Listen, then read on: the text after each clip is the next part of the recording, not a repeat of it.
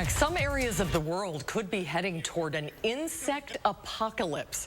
Researchers at the University College in London released a new study looking at 20 years of data from more than 6,000 locations. Researchers found extreme land use combined with warming temperatures are pushing some insect ecosystems towards collapse. And it's stories like that that have many communities in Wisconsin looking for ways to help. The well-being of pollinators, bees, and other insects has a huge impact on our food supply. For some communities, they're giving up the well-manicured lawns to let their grass and their weeds grow. It's the sound of spring in Wisconsin.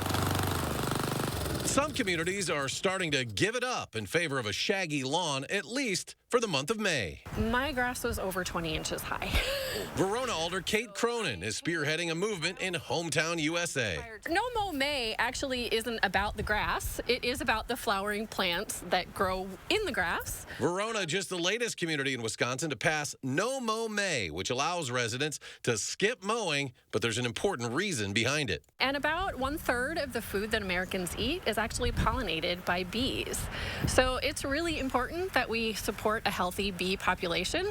The thought behind this concept of no-mow-may is leave some of these plants out there so that the pollen and nectar from those weedy plants can serve as food resources for the pollinators around us. The USDA says more than 100 U.S.-grown crops rely on pollinators, like bees, flies, and butterflies, even some bird species. Their activity generates $18 billion to crop production.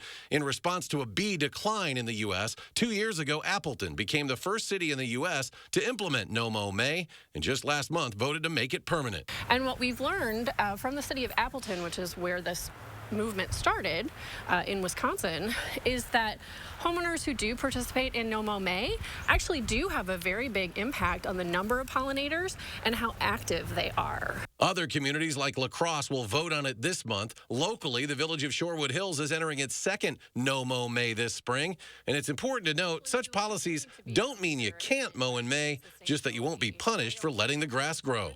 There are lots of ways that people can participate. You don't have to put your whole lawn to no-mow-may.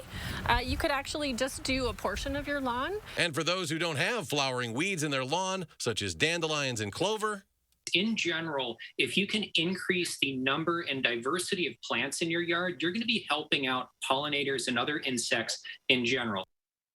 And so that would include planting a variety of plants that bloom at different times throughout the growing season. Sun Prairie is another community that adopted no-mow-may this year, and they have a limited supply right now of 250 yard signs available.